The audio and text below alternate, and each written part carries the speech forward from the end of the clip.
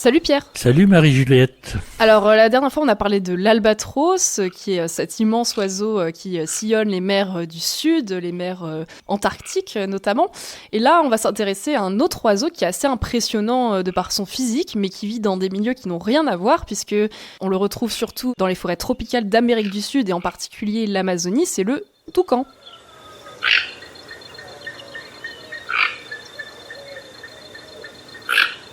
J'imagine, Pierre, que le mot toucan, ça a donc une origine sud-américaine. Oui, et même amérindienne. C'est un mot qui vient du tupi ou tupi-guarani, qui est donc une des langues amérindiennes du Brésil. J'ai vu que la première mention d'un Européen, en particulier d'un Français, de ce mot toucan, c'était Jean Deléry dans l'histoire d'un voyage fait en la terre de Brésil en 1578, donc au XVIe siècle, donc c'est assez vieux, d'accord. Vu qu'on connaît l'Amérique que depuis la fin du XVe, oui. En Europe. Et toucana, ça voudrait dire bec osseux. Bon, c'est encore une étymologie dont on n'est pas sûr, mais ça ferait sens vu que les toucans, ils sont surtout connus pour leur énorme bec. Oui. Un bec très recourbé, très long, qui peut faire quasiment la longueur de leur corps. Et en plus, les toucans, c'est plusieurs espèces qui appartiennent à la famille des ramphastidés. Et on a encore un lien avec le bec. C'est ça, ramphos, le bec. Un des noms du bec, mais un gros bec, quoi. Recourbé, en grec.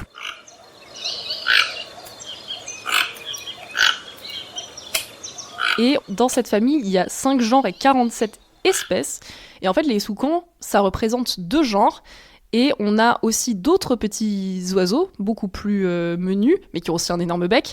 On a les toucanets, donc en gros, ces petits toucans, et ce qu'on appelle aussi les arasaris. Et en fait, la plupart des espèces, elles vivent dans les forêts primaires.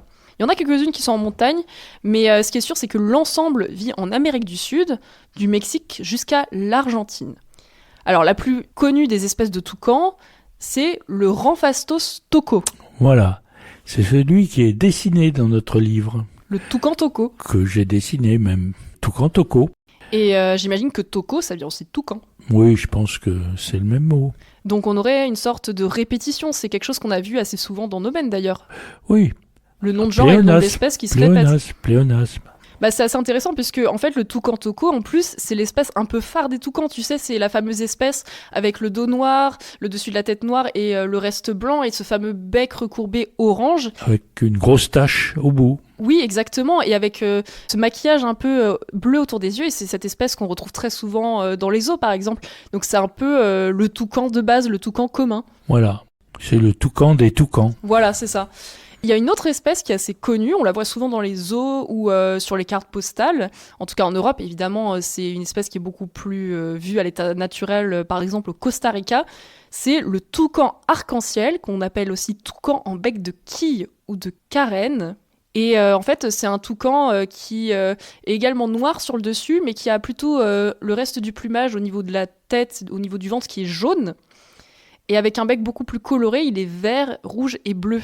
On comprend pourquoi il s'appelle toucan arc-en-ciel. En fait, il est beaucoup plus coloré que le toucan toco. Alors, ce qui est génial aussi, c'est que du côté des toucanets, des arasaris, qui sont beaucoup moins connus, on a des noms qui sont assez géniaux et qui sont en lien avec leur physique. Par exemple, on a le toucanet émeraude qui vit au Mexique, en Colombie, au Venezuela. On a aussi le toucanet à oreille d'or. Et on a aussi le toucanet à croupion rouge. J'adore ces noms, c'est juste génial. Et c'est que des descriptions physiques avérées. Donc ça montre à quel point ils ont des couleurs extraordinaires et très différentes. Et parmi les arasaris, alors c'est aussi un mot qui vient du tupi, arasari. On a une espèce d'oiseau que je trouve génial. On l'appelle l'arasari de Beauharnais. Et le nom anglais, c'est Curl-Crested Arasari. On reconnaît crested, donc crête, et curl, c'est des boucles. En fait, c'est un arasari avec des plumes bouclées. Plus difficile de boucler des plumes que des cheveux. Ah c'est sûr, mais ça a marché pour cette espèce, et c'est assez exceptionnel chez les oiseaux.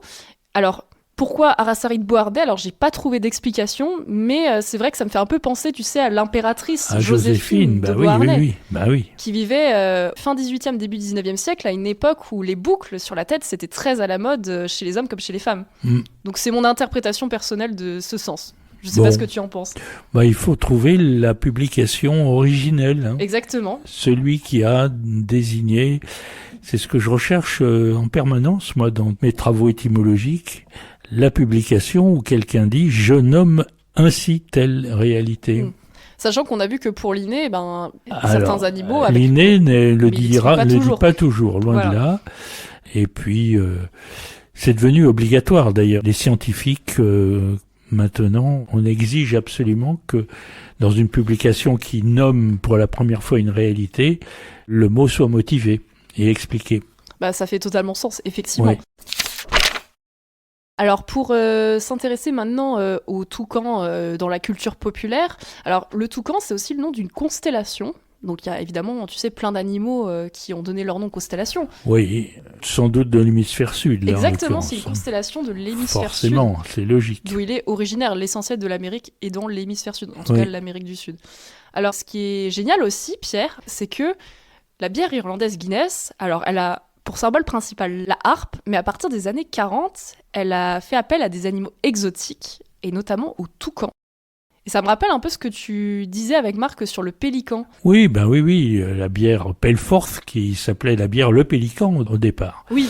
Donc probablement le toucan a cherché à concurrencer le pélican. C'est fort possible.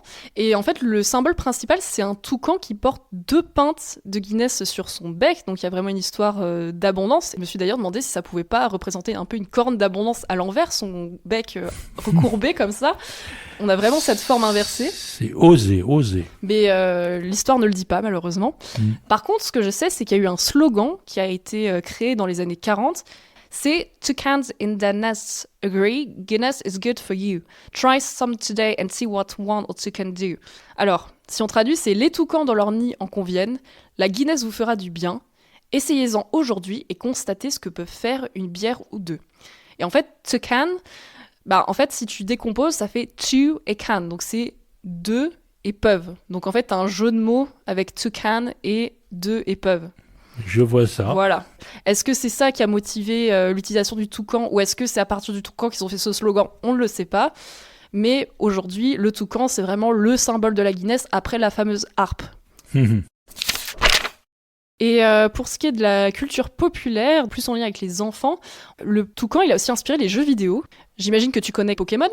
Ah ça oui, j'ai des petits-enfants qui ont beaucoup pratiqué les Pokémon. J'imagine. Dans les Pokémon, on a un toucan qui s'appelle Bazoukan. J'imagine que tu vois l'hybridation. Quel mot a été utilisé pour ce nom ? Oui, un peu dommage d'ailleurs, mais enfin. Alors, Bazoukan, c'est inspiré d'une aptitude biologique du toucan. Et c'est encore lié à son bec. Ce toucan Bazoukan, il est capable de chauffer son bec et de lancer des sortes de pépins. Parce que en fait, les toucans, ils peuvent utiliser leur bec pour se rafraîchir. En fait, leur bec, il a beaucoup de vaisseaux sanguins. Et un peu comme les oreilles des éléphants d'Afrique, tu sais, qui sont immenses et secouées par l'animal pour qu'il puisse se rafraîchir. Quand il fait trop chaud, le toucan, il va amener du sang vers son bec. Et en fait, la chaleur va se dissiper par son bec. Et donc, la capacité de Bazoukan et son nom vient d'une capacité biologique. Et je trouvais ça assez incroyable. Mais ça fait pas des projectiles, ça ? Ah non, les vrais toucans, ils sont gentils. Ils font pas des vrais projectiles. Enfin, D'accord. Ils sont gentils. Tu vois ce que je veux dire ? Oui. Ils sont pas capables de ça non plus. Bon. Ils sont juste capables d'utiliser leur bec pour se refroidir eux-mêmes. Bon. Et d'ailleurs, on a des analyses infrarouges qui montrent que parfois le bec peut atteindre 10 degrés de plus que le corps. Donc ça montre l'extraordinaire capacité de ce bec. Puisqu'on parle de jeux vidéo et qu'on parle toujours de bec, on peut terminer avec Angry Birds, donc ça veut dire les oiseaux énervés. Et le but de ces oiseaux, en fait, alors c'est une histoire assez folle, c'est de se projeter avec une sorte de lance-pierre, une sorte de catapulte, pour récupérer leurs œufs qui ont été volés par des cochons. Bon, c'est assez étonnant comme concept, mais ça a extrêmement bien marché. C'est un des jeux les plus populaires du monde depuis sa sortie.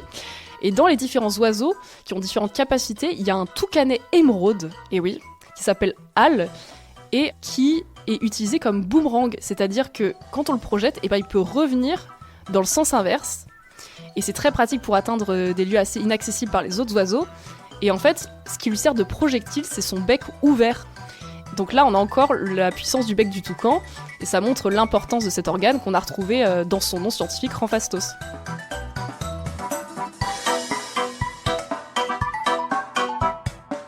Est-ce que tu voulais ajouter quelque chose de plus sur le toucan, Pierre ? Non, je pense qu'on est complet là. Donc voilà ce qu'on pouvait dire pour cet épisode, Pierre, et je te retrouve très vite pour parler d'une nouvelle étymologie. D'ici là, prends soin de toi. Salut Pierre ! À bientôt, MJ.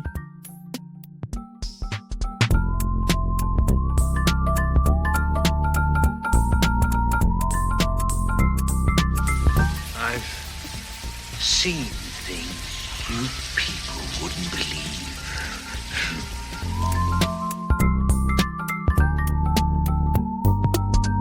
C'est la fin de cet épisode. Merci de nous avoir prêté tes oreilles. Si tu aimes nos contenus, je te recommande mes 2 livres. En finir avec les idées fausses sur le monde vivant, aux éditions de l'Atelier, et Nomen, les origines des noms des espèces, aux éditions Ulmer. Et aussi un super jeu de cartes, Terre Animalia, pour apprendre sur les animaux et les plantes tout en jouant. Et on fait un gros clin d'œil aux profs, aux parents et à tous ceux qui racontent ou enseignent le vivant. Grand merci pour ton soutien. À bientôt. Et d'ici là, prends soin de toi et de ce qu'il y a autour de nous.